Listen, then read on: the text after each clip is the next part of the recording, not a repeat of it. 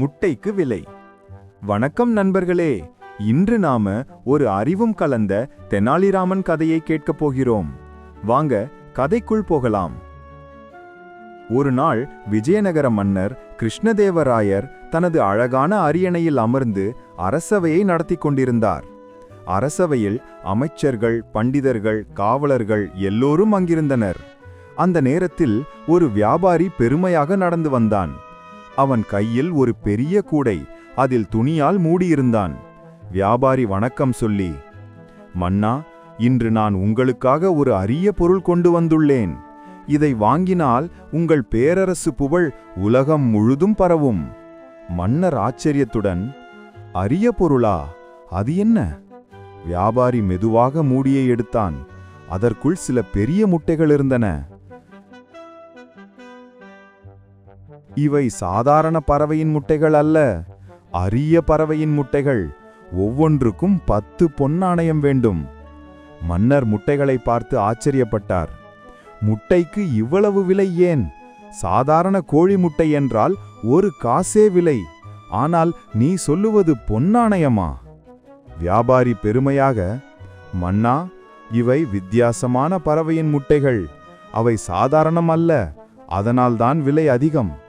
இவை உங்களுடைய அரசவையில் இருந்தால் உங்கள் புகழ் உலகம் முழுதும் பேசப்படும். அனைவரும் சந்தேகமாக ஒருவரை ஒருவர் பார்த்தனர். அப்போது பக்கத்தில் அமர்ந்திருந்த தெனாலிராமன் சிரித்தபடி எழுந்தார். மன்னா, உடனே வாங்காதீர்கள். வியாபாரி சொல்வது உண்மையா பொய்யா என்று நாம் சோதிக்க வேண்டும். சோதிக்க வேண்டுமா? எப்படி? மன்னா, இந்த முட்டைகளை வாங்கினால் நாளை அந்த பறவைகளை நமக்கு காட்ட வேண்டும். இவ்வளவு அரியவை எனில் அவற்றின் குஞ்சுகளும் அதே அளவுக்கு விலையுயர்ந்தவையாக இருக்க வேண்டுமல்லவா? வியாபாரி உடனே திகைத்து போனான். அவனுக்கு எந்த பறவையும் இல்லை, எந்த பறவை குஞ்சும் இல்லை. அவன் வெறும் பொய் சொன்னவன் என்பதெல்லாம் வெளிப்பட்டு விட்டது. அவன் தலையை குனிந்து நின்றான்.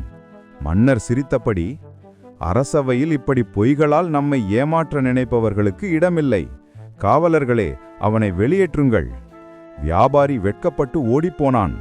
அரசவையினர் அனைவரும் தெனாலிராமனின் அறிவை பாராட்டினர்.